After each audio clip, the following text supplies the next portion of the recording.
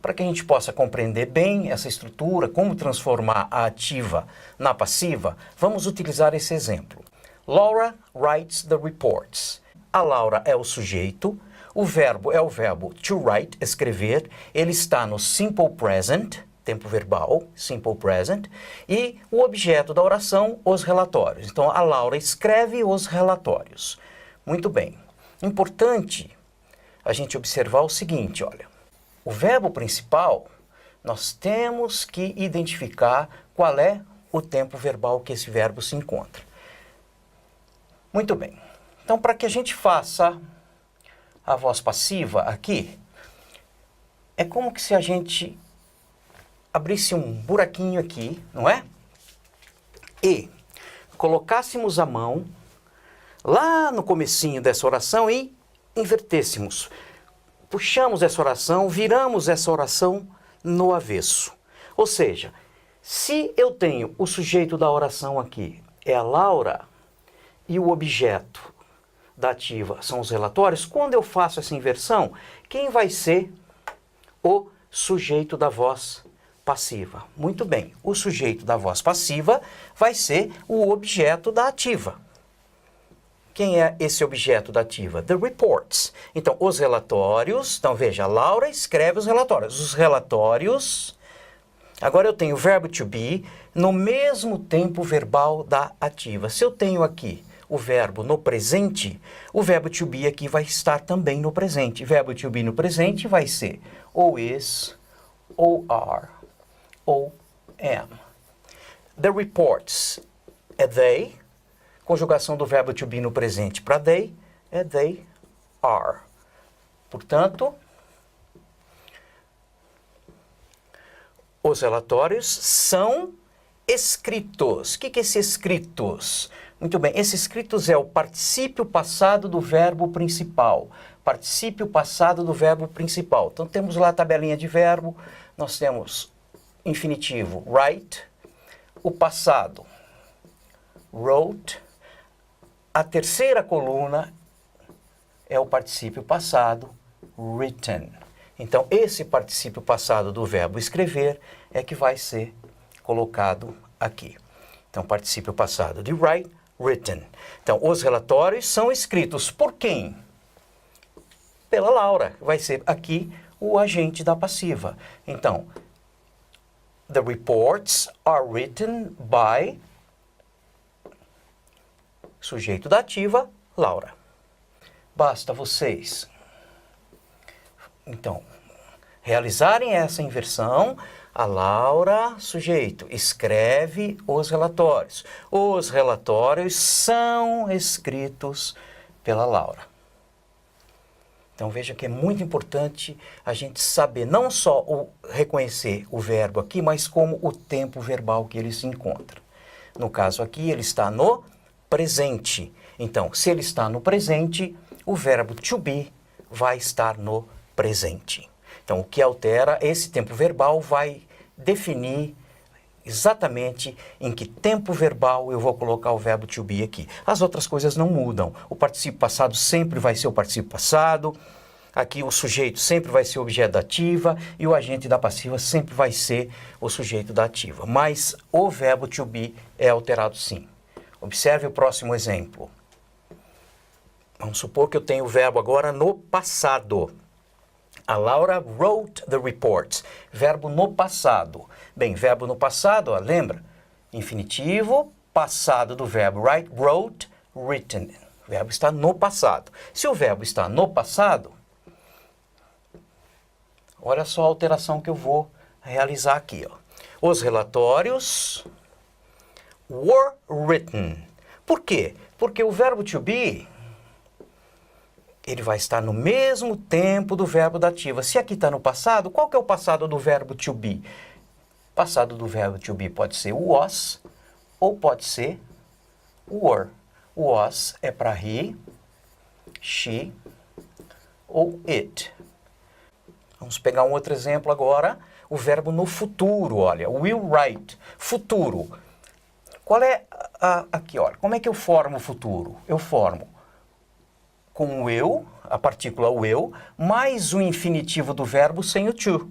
Então, futuro do verbo write, will, mais infinitivo sem o to. Exatamente essa estrutura, você vai colocar o verbo to be. Will, mais o infinitivo do verbo to be sem o to. Be. Então, a Laura escreverá os relatórios. Os relatórios will be, serão escritos pela Laura. Se a Laura escreverá, os relatórios serão escritos por Laura. Vamos pegar um outro exemplo.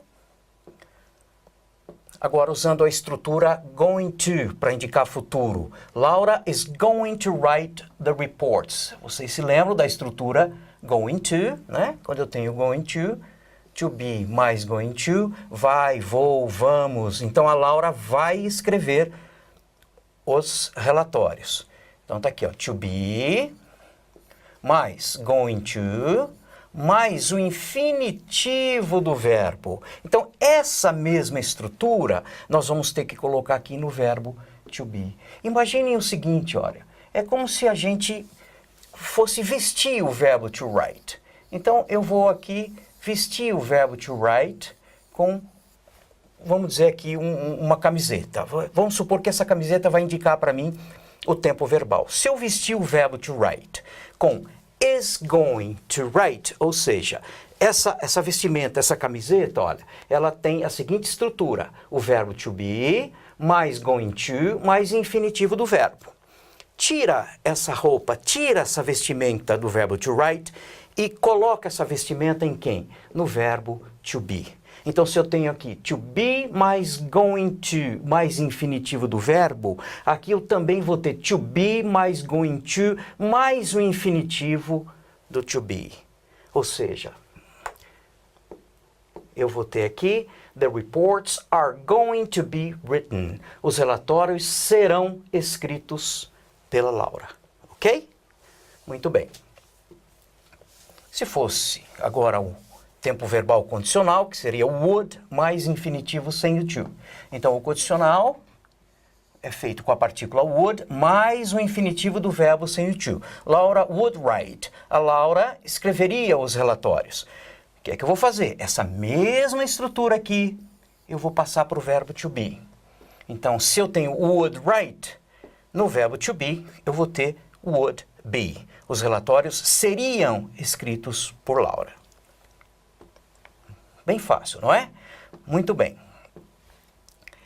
Vamos supor que eu tenho agora o presente contínuo. Vocês se lembram do presente contínuo, que é utilizado para indicar uma ação que acontece no momento da fala. Então, o presente contínuo, ele tem como estrutura o verbo to be, mais o verbo principal com a terminação ing. Então, a Laura está escrevendo os relatórios. Os relatórios estão sendo escritos. Então, observe, qual é a estrutura do presente contínuo? É o verbo to be no presente, que pode ser am, is ou are, mais o verbo com ing. Então, essa estrutura você vai jogar aqui para o verbo to be, ou seja, o verbo to be vai entrar aqui, ó. Então, eu tenho estrutura, verbo to be, am, is ou are. Como the reports are they are. Eles estão. Agora, verbo to be de novo, né, com ing.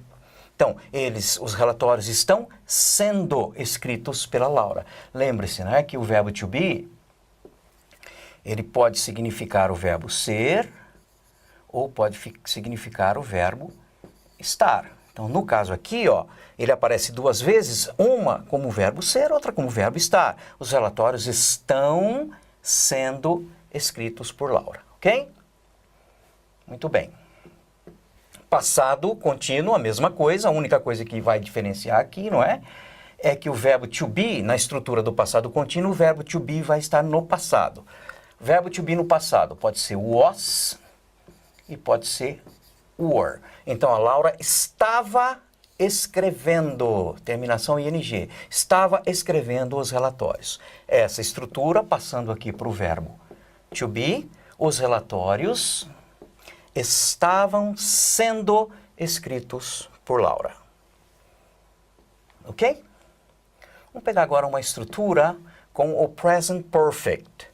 Vocês se lembram que o present perfect, o presente perfeito, vocês já viram, tem como estrutura o verbo to have no presente, que é have ou has, mais o particípio passado do verbo principal. O particípio passado do verbo principal, na tabelinha de verbos, é a terceira coluna, não é?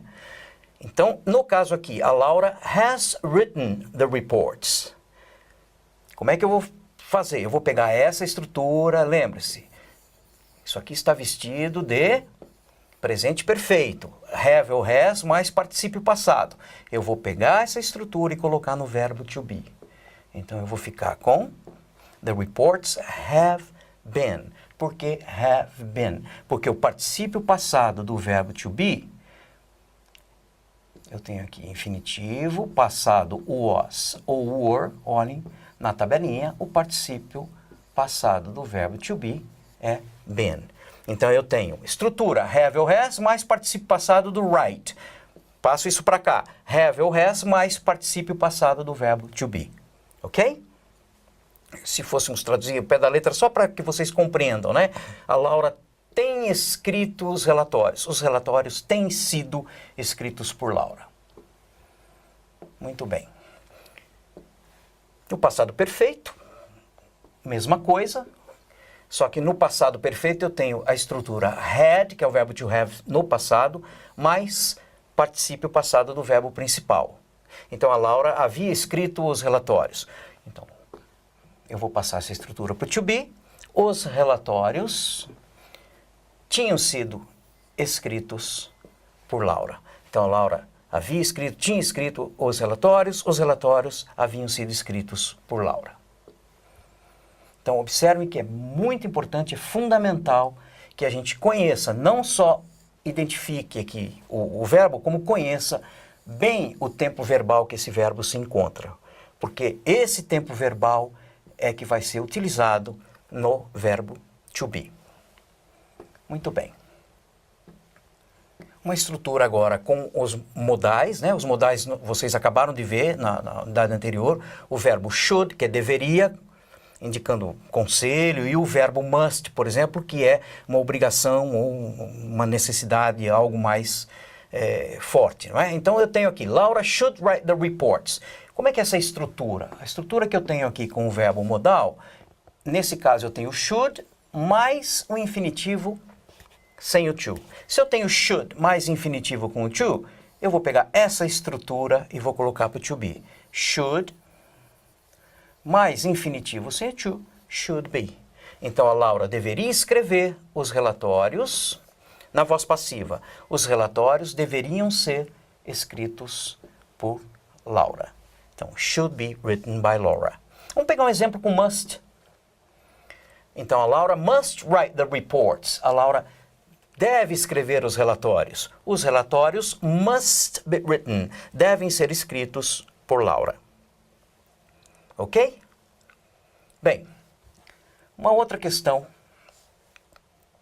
que eu gostaria de comentar com vocês, não é? Por exemplo, né, nessa oração aqui, eu substituí Laura por she.